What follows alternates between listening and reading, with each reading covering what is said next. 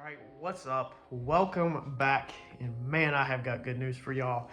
Mike stopped by this afternoon. Uncle Mike, shout out to him, and we fit up the upper control arm. Now, it's not on the car right this second, but I am going to go ahead and give you a little hint that when you see this control arm all done, he had to fit it up so that we could figure out where we're mounting the shock exactly on the upper control arm, because yes, our shock is getting mounted to the upper control arm and then to the pieces that we built in the last video, which we're gonna get them bolted in tonight just so they're off the checklist. We're combing through the checklist, pounding stuff out, and I'm trying to close this thing to an end to get this thing where it is back a roller this weekend and it can finally get out of this freaking garage.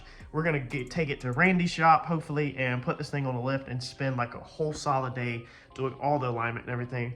But when you see these control arms done, 6.25 I think, or 6.75, let's go with 6.5 inches of separation in the front, and it stays perfectly straight when it goes up and down. I think it changes 2 degrees or so. It goes out and it comes back in. It is freaking phenomenal how these control arms turned out and how the geometry works. But what I'm doing tonight is I'm pushing myself because I'd rather not be out here at all. I'd rather just be in bed. I have been going hard at this thing since November the 23rd. We are now in February. So it has been a long road with a ton of hours to make all the changes that I have made, and I'm pretty much over it. I'm not gonna say I'm burnt out because I am trying to buy another car currently. I have active bids on other cars to build another race car. So by no means do I want to step away. But as far as this car, I want this thing to be back together and in the trailer. So I'm just trying to comb down our to-do list. As you've seen, we got it running, and now we just need to finish knocking out the odds and ends and just try to tidy up and get things together. So I'm gonna install a couple odds and ends. I'll take y'all along on the journey the best I can. We're down to pretty much the boring stuff, where if I film it, it's gonna be straight up ridiculous, but I will show you what I can show you. Let's go. So we did get in the mail today our turbo blanket. So yes, I'm putting a turbo blanket on it. No, I did not go with an expensive one. And no, I did not go with a $25 one. I think I paid around 50 or 60 bucks for this one. I actually asked John what he's been running because he's had 0 issues out of his. And he sent me this link that he was pretty sure it was something similar to this. This one came off of Amazon. Basically, if you get these things too cheap, then they will fall apart and you'll have little white fibers all over the engine and they're just completely crap. What you're looking for is going to be lava rock, basically. Let's see if it says it on here. It does not. There's a part number if you type that in. I'm not sure if that's going to come up. Of course, it's Chinese. There is, let's see here. There's the brand. I don't even know what that says. I don't even know which way it's supposed to be. Sport is like that, so I have no freaking idea. But the inside looks like that, basically. So hopefully this thing holds up. It's not like we get a ton of highway miles on this thing, so we should be pretty good to go. But I'm gonna get this thing put on. The real cheap ones will fall apart on you. You can Google that and find plenty of information on them falling apart, and the real expensive ones I firmly believe are overkill. I could be wrong, but maybe if you had a daily driver with a turbo that you were pushing to a limit with a lot of street miles, possibly, but we're not. So this one hopefully will work fine. We just got to get it settled on here, get it around all the lines, and get this thing hooked up, and then that's one more thing off our list. Our hats are held on with as simple as a washer, a lock washer, and a nut. Easier done with 2 hands than one, but with 1 hand, doable, nice and simple. Tighten that down and you're done. These things turned out as good as they possibly could be. I'm not super stoked about them. I'd rather them be on the bottom side. When we fit up the other side earlier, we tried it and it just puts the shock at the control arm in the wrong place that it shouldn't be. So they got to go on the top, but they match. The shock eyelet will go right through there. You'll through bolt a bolt all the way through there, and then that's as simple as that. as far as bolting on your shocks. Another piece that I'm super freaking excited about beyond anything is this guy right here. Not these heim joints. These heim joints don't belong in there. But it's this piece here. Oh, more heim joints. These are all left over from where I went to Mike's house. So this carbon piece is a used NASCAR piece. Now, if you type in on eBay used NASCAR carbon fiber, first off, don't type that in on eBay because then you'll take all of my connections. But if you're a good follower of the channel, then I don't mind sharing. But this is a used NASCAR piece, some kind of air funnel. Now it's the inside that we care about. So we're gonna have to do a little bit of work in there, sand it out and coat it with some resin to clean it up for sure, to pull its carbon look back out of it. But that's paint and body work. Anyway, what we're gonna do is we're gonna attempt to cut this thing up to funnel some air in the turbocharger. Now we are not using this neck right here, so this is gonna get cut off. But I'm thinking my measurements are correct, which they look like they are, besides them freaking oil lines in the way again, that we can basically slip this thing down in there and ram some air straight into the turbo. So let's see what we need to cut up, see what we need to get out of our way. I kind of want to go ahead and do this, or just make sure that is doable, to figure out if I need to weld any tabs on this before this gets painted. I'm gonna go ahead and pull this front grill piece off probably and take this thing to the shop so I can grind it out and just rattle can it out in the bay versus here at the house trying to deal with it. So let's fit it up. Let's see what we need to do. These lines are definitely an annoyance, but let's see what we need to do. All right, so I've done basic fit up of this piece, and now you can kind of see how I want it to funnel air that way. From what I have been told, me and Brandon kind of talked about this for a little while. It just does clear all that, which I knew I was doing this whenever I built that. That's why I wanted it to kick down. I just hadn't found the piece at that time.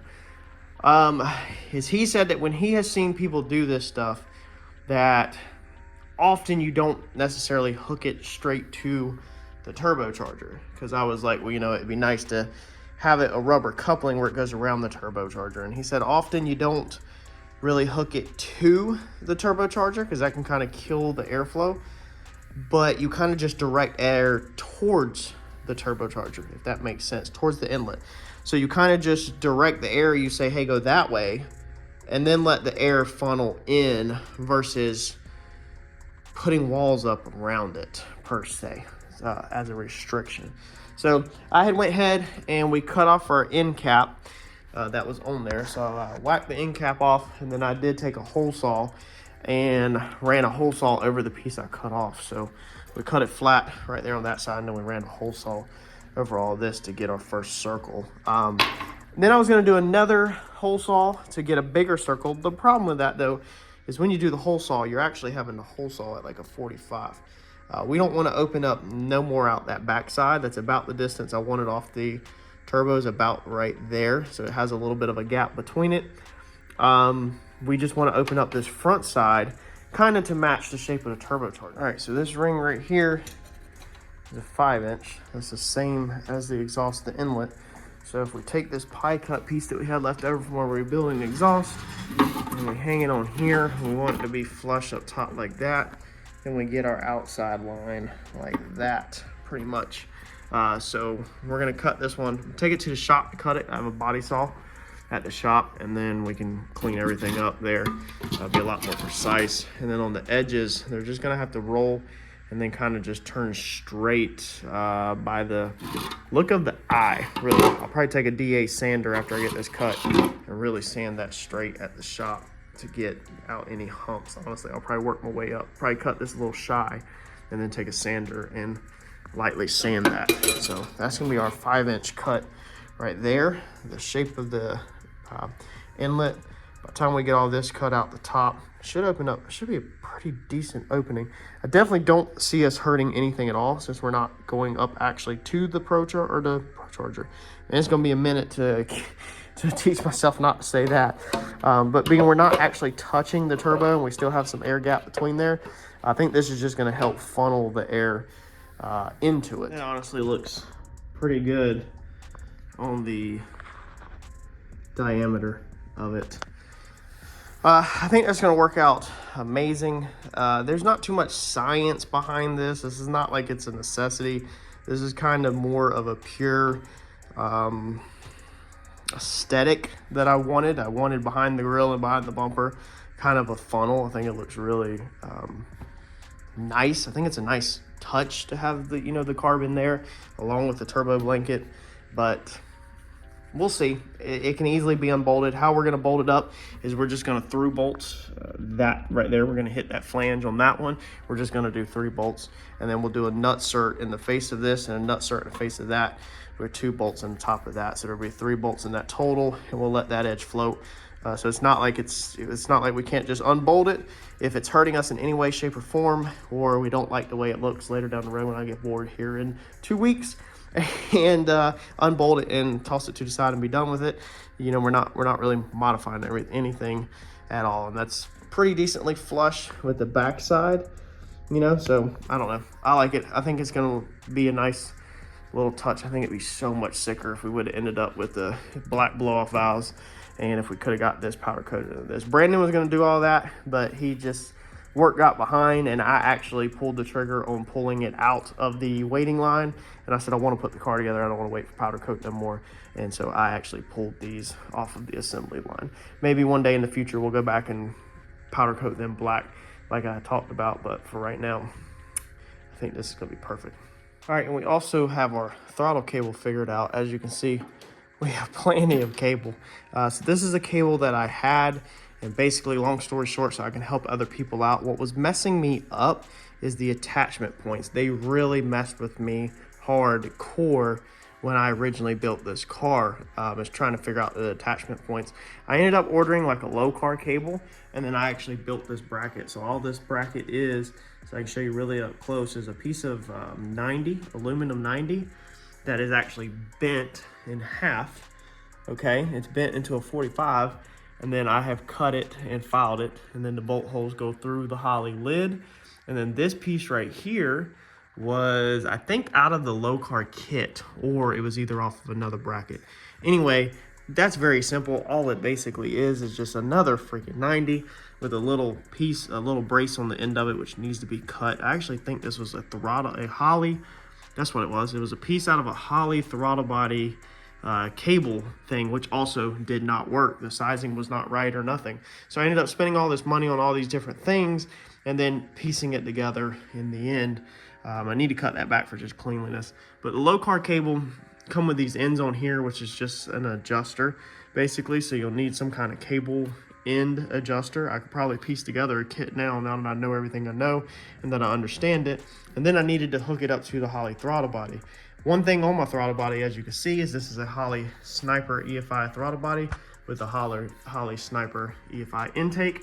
And I had to cut the piece right here so that when it goes wide open throttle, it actually can go wide open throttle. That is actually, if you look inside there, the throttle blade is wide open, perfectly straight.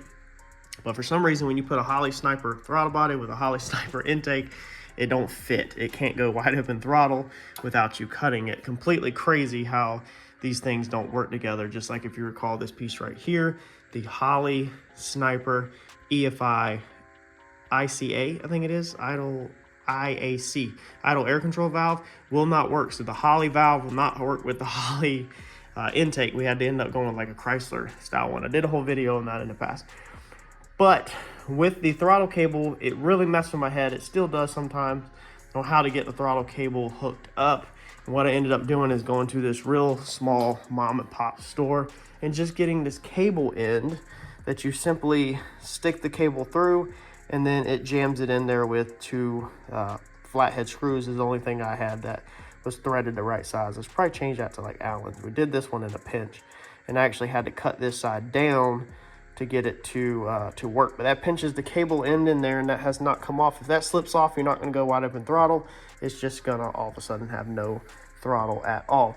But another thing that messed me up was the mounting point down here on this end.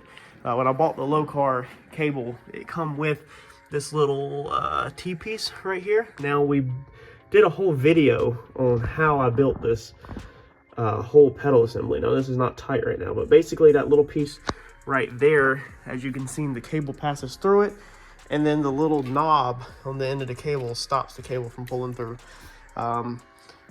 So yeah, there's no real, I don't really have a good DIY video on how to do the cable setup. I know a lot of cars you can just kind of buy a cable, you know, for your factory pedal or whatever. Mine wasn't the case. I had to piece a bunch together. But now all I got to do is, I'm done for tonight, but all I got to do tomorrow night is just pull this cable back through, figure out the length I wanted the sheathing. It's basically the same thing as a parachute cable. Cut the sheathing length first and then pull your cable back through there, and then cut the length of your cable. Put this little piece on it, which goes through one of them little ones way down there, and it's good to go. Another thing you have to look out for is the angle that your cable comes out of your end. These are aluminum ends, and eventually pulling the cable in and out as you go wide open throttle will make a saw effect where it will saw through the aluminum fitting in the very end. So if your cable is pulling down like this, you're going to be sawing into that aluminum like that, and that can hang wide open throttle if you don't catch it before it saws through there and it gets stuck. I examined everything. Mine has been at this angle for a year now for what we have done with the car, and it's never caused an issue. What I kind of do is just kind of look at the angle that the cable comes out and just kind of get it the best you can where it hits this, and then that way, you know, as this goes through its motion, it's going to be pulling up on that end down there, and then it falls right back in the groove. But you just want to cut down the sawing effect on this end as much as you can. Smash that like button for me though. And as always, I'll catch y'all in the next video. Thanks y'all.